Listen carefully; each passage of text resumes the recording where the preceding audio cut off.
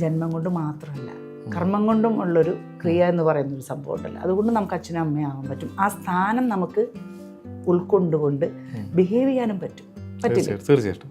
അപ്പോൾ ആ ക്യാരക്ടർ ചെയ്യുമ്പോൾ അതുകൊണ്ടല്ല എനിക്ക് അന്ന് ഞാൻ മണിയ സാറിൻ്റെ അടുത്ത് ഞാൻ കമ്മിറ്റ് ചെയ്തത്, ഓക്കെ ഞാൻ ചെയ്തോളാം. ആ 75 വയസ്സിലേക്ക് നമ്മൾ ഫോർമാറ്റ് വരികയാണ്. നമ്മുടെ മനസ്സ് വരണം, നമ്മുടെ ബോഡി ലാംഗ്വേജ് മാറണം. അതൊന്ന് കണ്ണൂർ ഭാഷയാണ്, ഞാനാണെങ്കിൽ എങ്ങനെ സംസാരിച്ചാലും തൃശ്ശൂർ ഭാഷ. അപ്പോൾ ഭാഷ ശരിയാവണം, ഭാഷയിലുണ്ടാകുന്ന വാരിയേഷൻസ്, വിറയലുകൾ, നമ്മളിങ്ങനെ സ്റ്റാൻഡേർഡ് അച്ചടിച്ച പോലെയുള്ള സംസാരങ്ങൾ പാടില്ല. പിന്നെ മെയിൻ ക്യാരക്ടർ അതാണല്ലോ. അപ്പോൾ ത്രൂ ഔട്ട് നമുക്ക് ഡയലോഗുകളുണ്ട്, ഡയലോഗുകൾ മാറാൻ പാടില്ല. ഈ തിയേറ്റർ നാടകങ്ങളുടെ ഒരു വലിയ പ്രശ്നം എന്ന് വെച്ച് കഴിഞ്ഞാൽ അപ്പുറത്തിരിക്കുന്ന ആൾക്ക് നമ്മളുടെ ടൈം വളരെ ഇമ്പോർട്ടൻ്റ് ആണ്. നമ്മൾ പറയുന്ന ഡയലോഗിൽ എന്തെങ്കിലും അങ്ങോട്ടും ഇങ്ങോട്ടും മാറ്റം വന്ന് മറ്റേ ആൾക്കൊന്നും ചെയ്യാൻ പറ്റില്ല അല്ലേ. അപ്പോൾ അങ്ങനെയൊക്കെയുള്ള ഒരു സംഭവമായാലും ഈ തീം എനിക്ക് ഭയങ്കരമായിട്ട് അതാണ് ക്യാരക്ടർ. നമുക്ക് ആ തീം അല്ലെങ്കിൽ നമ്മൾ എന്താണ് മെസ്സേജ് കൊടുക്കുന്നത്, എന്താണ് നമ്മൾ ചെയ്യുന്ന ഒരു സബ്ജക്റ്റ് എന്താണെന്നുള്ളതിനുള്ളൊരു ഇൻവോൾവ്മെൻറ്റ് നമുക്ക്, എനിക്ക് തോന്നുന്നു അത് എക്സ്പീരിയൻസിൽ കൂടെ, ഇത്രയും വർഷത്തെ എക്സ്പീരിയൻസ് എന്ന് പറയുന്നൊരു സംഭവം ഉണ്ടല്ലോ. പിന്നെ അതിനോടൊരു പാഷൻ, അതിനോടൊരു ഇഷ്ടം നമുക്ക് ഉണ്ടാവണം, അത് പഠിച്ചെടുക്കാനായിട്ട്. ഇപ്പോഴും എനിക്കൊരു 10% പോലും അറിയില്ല. ഇത്രയും നാടകങ്ങൾ ചെയ്തിട്ട് പോലും നമ്മൾ നാടകങ്ങൾ ചെയ്യാനുള്ളൊരു ആഗ്രഹം മാത്രമാണ് ഞങ്ങളെ എപ്പോഴും മുന്നോട്ട് കൊണ്ടുപോകുന്നൊരു ഘടകം എന്ന് പറയുന്നത്. മൂവികൾ ചെയ്യണമെന്നുള്ളൊരു ആഗ്രഹമുണ്ട്. പക്ഷെ മൂവി ചെയ്യുമ്പോൾ എനിക്ക് എപ്പോഴും ഭയങ്കര ലൈറ്റായിട്ടാണ് തോന്നുന്നത്. കാരണം ഇത്രയും ഹെവി ആയിട്ടുള്ളൊരു ഇതാണ് നാടകത്തിൽ നിന്ന് എടുത്തിരിക്കുന്നത്. അപ്പോൾ അതുകൊണ്ട് സ്വാഭാവികമായിട്ടും ബേസിക് എല്ലാം നമ്മൾ അതായത് കുറേ വർഷങ്ങളായിട്ടുള്ള ഇതാണല്ലോ, അത് നമ്മുടെ മനസ്സിലുണ്ടാവും. അതൊന്ന് ഇപ്പോൾ ഒരു ഉദാഹരണം പറഞ്ഞാൽ, ഈ വർഷം ഞാൻ ചെയ്ത 2026 ചെയ്ത മാടൻ മോക്ഷം ഭരതമുരളി നാടകോത്സവത്തിൽ ചെയ്തു. ഞങ്ങൾക്ക് ഇതുപോലെ തന്നെ 5-6 അവാർഡുകൾ കിട്ടി. മാടൻ മോക്ഷം എന്നാണ് അല്ലേ? മാടൻ മോക്ഷം എന്നാണ് നാടകത്തിൻ്റെ പേരായിരുന്നത്. പക്ഷെ ഇവിടെ കുറേ റെസ്ട്രിക്ഷൻസ് ഉള്ളത് കൊണ്ട് മോക്ഷം എന്നുള്ള നാടകമാണ് ചെയ്തത്. മോക്ഷം എന്ന് മാത്രം, മാടൻ മാറ്റി, ദൈവങ്ങളെ പേരിട്ട് വിളിച്ചുകൊണ്ട് ഒരു നാടകം വേണ്ടെന്നുള്ള അങ്ങനത്തെ ഒരു കോൺട്രവേഴ്സി വേണ്ടല്ലോ എന്ന് വിചാരിച്ചിട്ട്. അപ്പോൾ അത് ഡയറക്റ്റ് ചെയ്തത് ജോബ് മഠത്തിൽ. ജോബ് മഠത്തിൽ ഞാൻ കണ്ടതിൽ വെച്ചിട്ട് ഇപ്പോൾ എനിക്ക് എടുത്ത് പറയത്തക്ക ഒരുപാട് ഡയറക്ടേഴ്സ് ഉണ്ട്. ഇപ്പം അഭിമന്യു സാർ, അപ്പോൾ ഇതവിടെ നിൽക്കട്ടെ. അതിന് മുൻപ് പറയുന്ന അഭിമന്യു സാറിൻ്റെ നാടകമാണ് മുൻപത്തെ വർഷത്തെ നമ്മുടെ ഫെമിനിസ്റ്റ് മാനിഫെസ്റ്റോ. നാടകങ്ങൾ ഇങ്ങനെ കുറേ നമ്മൾ എല്ലാ വർഷവും അല്ലേ, അത് ഇറസ്പെക്റ്റീവ്, അത് എന്ത് ക്യാരക്ടർ ആവട്ടെ, എന്ത് സബ്ജക്റ്റ് ആവട്ടെ. 2016 മുതലാണ് നാടകത്തിലേക്ക് ഇവിടെ ആക്റ്റീവായിട്ട് നാടകങ്ങൾ, ഇങ്ങനെ ചെറിയ ചെറിയ നാടകങ്ങൾ, ഇന്ത്യൻ അസോസിയേഷൻ ഉണ്ടാവുന്ന നാടകങ്ങൾ, ദലയിലുണ്ടാവുന്ന നാടകങ്ങൾ, അതൊക്കെ കഴിഞ്ഞിട്ട് അതിൽ നിന്ന് നമ്മൾ തിയേറ്ററിലേക്ക് ഇങ്ങനെ പതുക്കെ. അപ്പോൾ ഈ അഭിനയത്തിലോട്ട് വരുമ്പോൾ ഏതൊക്കെ ഡയറക്ടേഴ്സാണ് നമ്മുടെ മനസ്സിൽ ഇപ്പോഴും നിലനിൽക്കുന്നത്? തീർച്ചയായിട്ടും എനിക്ക്, ഞാൻ ഇപ്പോൾ നേരത്തെ മണിയർ സാറിൻ്റെ കാര്യം പറഞ്ഞു, അതെനിക്ക് ഇന്നും ഒത്തിരി സങ്കടത്തോടെ ഓർക്കുന്നൊരു കാര്യമാണെങ്കിലും അന്ന് ആ നാടകത്തിൽ സാറിനോട് സഹകരിക്കാൻ പറ്റി. അത് ബെസ്റ്റ് ഡയറക്ടറിൻ്റെ ഒരു അവാർഡും, ബെസ്റ്റ് നാടകത്തിൻ്റെ അവാർഡും, ബെസ്റ്റ് ആക്ട്രസ്, ചൈൽഡ് ആർട്ടിസ്റ്റ്, എല്ലാത്തിനും നാടകത്തിൽ നമുക്ക് അവാർഡ് കിട്ടി. അപ്പം സാർ അത് 1 ഇയറിനുള്ളിൽ തന്നെ സാറ് പോയി. അപ്പം ഇപ്പോഴും സാറിൻ്റെ അന്നത്തെ എന്നോട് തുറന്നു പറഞ്ഞത്, എനിക്ക് മരിക്കുന്നതിൽ മുൻപ് എനിക്ക് വലിയൊരു ആഗ്രഹമാണ് ഒരു നല്ലൊരു നാടകം ചെയ്യണമെന്നുള്ളത്. ചേച്ചി എന്നാന്ന് സഹായം, അവർ മെയിനായിട്ട് ഇത് ഈ ക്യാരക്ടർ ചെയ്തിരിക്കുന്ന ആ കുട്ടി ചെയ്യാൻ പറ്റില്ല എന്ന് പറഞ്ഞു. എന്തോ ഒരു ഒഴിവ് പെട്ടെന്ന് ഈ ക്യാരക്ടർ ആക്സെപ്റ്റ് ചെയ്യാനും അത് പ്രാവർത്തികം, അതായത് നാടകം ശരിക്കും അതൊരു മാനിഫെസ്റ്റേഷൻ വരാനായിട്ട് കുറച്ച് സമയം എടുക്കില്ല. നമ്മുടെ ഒരു ഡയറക്ടറുടെ ഒരു എക്സ്പെക്റ്റേഷനിലുള്ളൊരു ക്യാരക്ടർ ചെയ്യണമെങ്കിൽ അങ്ങനെയുള്ളൊരു വ്യക്തി കൂടെ ആയിരിക്കണമല്ലോ, അങ്ങനെ ഒരു ആർട്ടിസ്റ്റ് ആയിരിക്കണം. അത് അത്രയും ഹാർഡ് വർക്ക് ചെയ്യണം. അപ്പോൾ ഒരു 1 വീക്കിനുള്ളിലാണ് നമ്മളെല്ലാം പഠിച്ചെടുത്ത് ചെയ്തത്. അപ്പോൾ അത് ആ ഒരു അവാർഡ് നേടിക്കൊടുക്കാൻ സാധിച്ചതിൽ ഇന്ന് എനിക്കും സാറിന് ഞാൻ ഒരിക്കലും മറക്കില്ല. അത് കഴിഞ്ഞിട്ടാണ് ഞാൻ നേരത്തെ പറഞ്ഞ പോലെ സൂര്യൻ മാഷ് വരുന്നത്. അത് കഴിഞ്ഞതിന് ശേഷം സജിത്ത്, പിന്നെ എൻ്റെ ബെസ്റ്റ് ആക്ട്രസ് അവാർഡ് കിട്ടിയ നാടകം നവരാഷ്ട്ര. അപ്പോൾ അത് കഴിഞ്ഞിട്ടാണ് ഈ ഫെമിനിസ്റ്റ് മാനിഫെസ്റ്റോ നാടകം. ഫെമിനിസ്റ്റ് മാനിഫെസ്റ്റോ ചെയ്താണ് അഭിമന്യു സാർ. പിന്നെ കുറച്ചും കൂടെ കണ്ടംപററി സബ്ജക്റ്റുകളുമായിട്ടാണ് പുള്ളി, അതായത് ടു ദ പോയിൻറ്റ്. ആൻഡ് പുള്ളിയുടെ നാടകത്തിലാണ് ഞാൻ നാടകത്തിലുള്ള ഒരുപാട് മാറ്റങ്ങൾ ഞാൻ മനസ്സിലാക്കുന്നത്. പുള്ളിയെ സംബന്ധിച്ചിടത്തോളം ആൾ ശരീരം മാത്രമല്ല, ശരീരം ഒരുപാട് ഉപയോഗിപ്പിക്കപ്പെടും. നമ്മൾ മാക്സിമം ഫ്ലെക്സിബിലിറ്റി, അതായത് ഇപ്പം ഉദാഹരണം പറയുകയാണെങ്കിൽ യോഗ പോലെയുള്ള, അതല്ല എങ്കിൽ കളരിപ്പയറ്റ്, ഇങ്ങനെയുള്ള സംഭവ വികാസങ്ങളുമായിട്ട് നമ്മൾ തിയേറ്ററിൽ ഒരു വലിയൊരു മൽപ്പിടുത്തം പുള്ളി ഉപയോഗിപ്പിക്കുവാണ്. അത് നിങ്ങൾ 0 ആയിരുന്നോട്ടെ, പക്ഷേ ആ 30-ാം ദിവസം അല്ലെങ്കിൽ 35-ാം ദിവസം നിങ്ങൾ തിയേറ്ററിലേക്ക് വരുമ്പോൾ നിങ്ങൾ വേറൊരാളായി മാറും. ഒരു കളറിപ്പയറ്റും അറിയാത്ത, ഒരു ഡാൻസുമായിട്ട് യാതൊരുവിധ ബന്ധമില്ലാത്ത നമ്മളെ കൊണ്ടൊക്കെ ഡാൻസ് ചെയ്യിപ്പിക്കുക. ഡെസ്ഡിമോണ എന്ന് പറഞ്ഞൊരു ക്യാരക്ടറാണ് ഞാൻ ചെയ്യുന്നത്.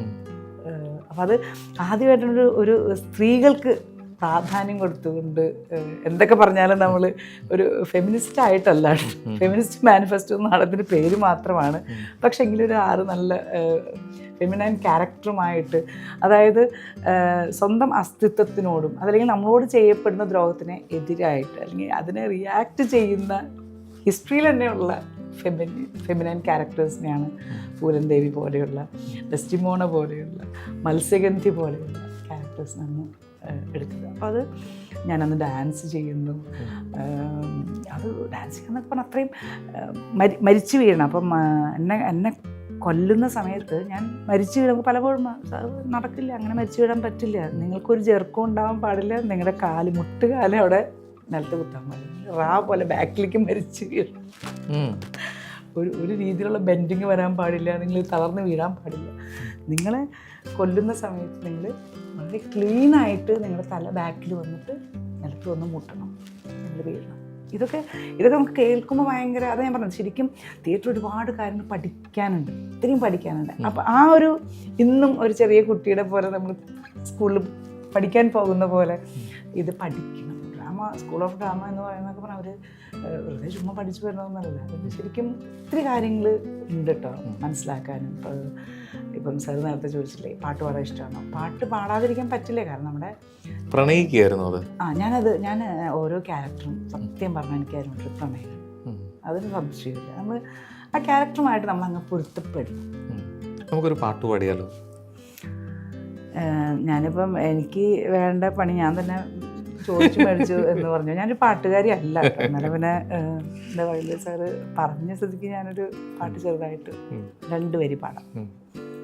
പാതി മയക്കത്തിൽ നീ എൻ്റെ ചുണ്ടത്ത് ഒത്തിരി താളത്തിൽ കൊത്തിയപ്പോ കാൽ തളകിലുങ്ങിയോ, എൻ്റെ കൺമഷി കലങ്ങിയോ, കാൽ തളകിലുങ്ങിയോ, കൺമഷി കലങ്ങിയോ, മാറത്തു മുത്തിന്നു നാണം വന്നു, ഉള്ളിൽ ഞാറ്റുവേല കാറ്റടിച്ചോ.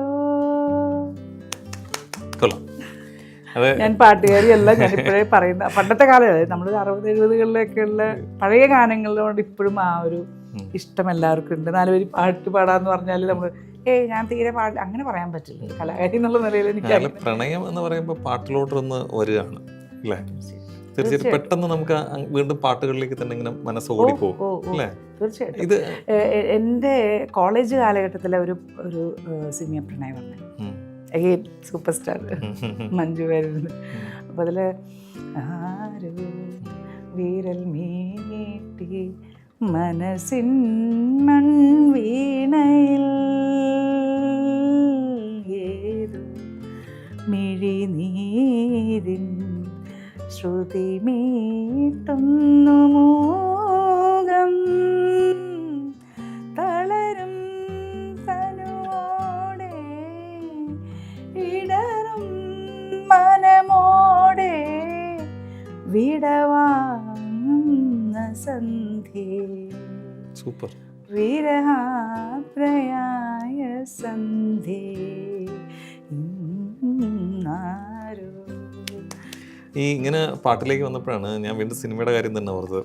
ശരിക്കും പുതിയ പുതിയ ഓപ്പർച്യൂണിറ്റീസ് ഒരുപാട് നമ്മുടെ മലയാള സിനിമയിലുണ്ട്. ഇപ്പോൾ ഒരു 3 മൂവിയുടെ ഓഡീഷനൊക്കെ ചെയ്ത് വെച്ചു.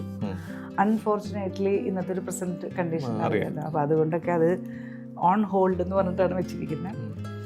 ഒത്തിരി അവസരങ്ങളുണ്ട് നാട്ടിലും, ഞാൻ ട്രൈ ചെയ്യാമെന്ന് വിചാരിക്കും. കാരണം അല്ല ഇപ്പോഴും ഉള്ള ഇതിൽ ഈസിയാണ്, പക്ഷെ ഇപ്പോഴത്തെ ഈ ഫ്ലൈറ്റ് ചാർജ് അങ്ങനെയുള്ള പ്രശ്നങ്ങളൊന്നും ഞാൻ മൈൻഡ് ചെയ്യില്ല. കാരണം ഇനി ഞാനൊരു കാര്യം തീരുമാനിച്ചിട്ടുണ്ട്, ഇനി നമ്മൾ മക്കൾക്ക് വേണ്ടി അല്ലെങ്കിൽ വീടിന് വേണ്ടി അല്ലെങ്കിൽ കുടുംബത്തിന് വേണ്ടി ജോലിയുടെ പിന്നാലെ അതൊക്കെ വേണം, ഇറ്റ്സ് എ പാർട്ട്. പക്ഷെ മെയിൻ എന്താണ് നമ്മുടെ സന്തോഷം. യെസ്, നമ്മൾ ഒരിക്കലും നമ്മൾ ലൈവ്ലി ഹെൽത്തി ആയിട്ടിരിക്കണോ, ഹാപ്പി ആയിട്ടിരിക്കണോ, ഫോളോ യുവർ പാഷൻ.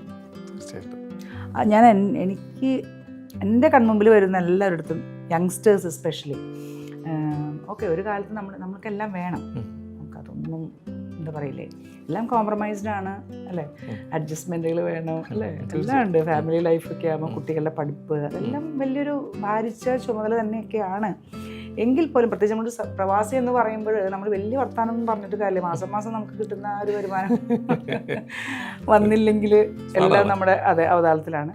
പക്ഷെ എങ്കിൽ പോലും ഇപ്പം ഈ ഒരു ഏജിൽ ഞാനെപ്പോഴും മക്കൾ രണ്ടുപേരും വിവാഹം കഴിച്ച് സെറ്റിലായി, ജോലിയായി, കല്യാണം കഴിഞ്ഞിട്ടില്ല. മൂത്ത മോന് 19 വയസ്സായി, ജർമ്മനിൽ സെറ്റിലായി, ജോലി ചെയ്യുന്നു, സന്തോഷമായിട്ടിരിക്കുന്നു, എൻ്റെ പഠിപ്പെല്ലാം കഴിഞ്ഞു. രണ്ടാമത്തെ മകനും ജോലിയിലാണ്, വീഗാലാൻഡ് ഹോംസിൽ റിയൽ എസ്റ്റേറ്റിൽ വർക്ക് ചെയ്യുന്നു.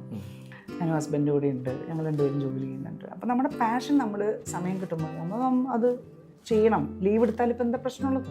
നല്ല കാര്യത്തിന് വേണ്ടിയില്ലേ? തീർച്ചയായിട്ടും അവസരങ്ങൾ വരുമ്പോഴും നമ്മളത് യൂട്ടിലൈസ് ചെയ്യാം. അതുകൊണ്ട് ഞാൻ നാട്ടിൽ പോകാന്നുള്ളതൊന്നും എൻ്റെ വിഷയമല്ല കേട്ടോ. അങ്ങനെ ഒരു അവസരം വരികയാണെങ്കിൽ തീർച്ചയായിട്ടും ഞാനത് ചെയ്യും, ട്രൈ ചെയ്യുന്നുണ്ട്. ഇതിപ്പോൾ കാണുന്നവർക്ക് ആരെങ്കിലും ശ്രദ്ധിക്കപ്പെട്ടാൽ അവർക്ക് ഇപ്പം മിനി അൽഫോൺസെ കോൺടാക്ട് ചെയ്യണമെങ്കിൽ എന്താണ്? ഞാൻ 24/7 അവൈലബിൾ. എന്ന് വെച്ചാൽ എനിക്കൊരു പ്ലാറ്റ്ഫോം ഉണ്ട്, ഞാൻ സോഷ്യൽ മീഡിയയിലുള്ള ഒരാളാണ്. എനിക്ക് വെറുതെ ഫേസ്ബുക്ക് പേജുണ്ട്, ഇൻസ്റ്റയുണ്ട്, ടിക്ടോക്ക് ഉണ്ട്. ഒരു മെസ്സേജ് ഒരു just mini we would like to contact അല്ലേ. അതെ, അപ്പം തീരുന്നില്ല മിനിയായിട്ടുള്ള വിശേഷങ്ങൾ വീണ്ടും തുടരും. അപ്പം ഇതുവരെ കണ്ടുകൊണ്ടിരിക്കുന്നവർക്ക് എല്ലാവർക്കും നമസ്കാരം. ഒരുപാട് സന്തോഷം ഇങ്ങനെ ഷാജി സാറായിട്ടൊരു ഇൻ്റർവ്യൂ എന്ന് പറയാൻ പറ്റില്ല, ഞങ്ങളുടെ ഒരു ചിറ്റ് ചാറ്റ് ഇങ്ങനെ ഇവിടെ വരാനും സ്റ്റുഡിയോയിലെത്താനും ഇൻ്റർവ്യൂവിൽ സംബന്ധിക്കാനായിട്ട്. കാരണം ഇത് നമ്മളൊരു കണ്ടിന്യൂ ചാപ്റ്ററായിട്ട് പോകുന്നതാണ്. കൂടുതൽ വിശേഷങ്ങൾ നമുക്ക് വീണ്ടും കാണാം. നന്ദി, നമസ്കാരം.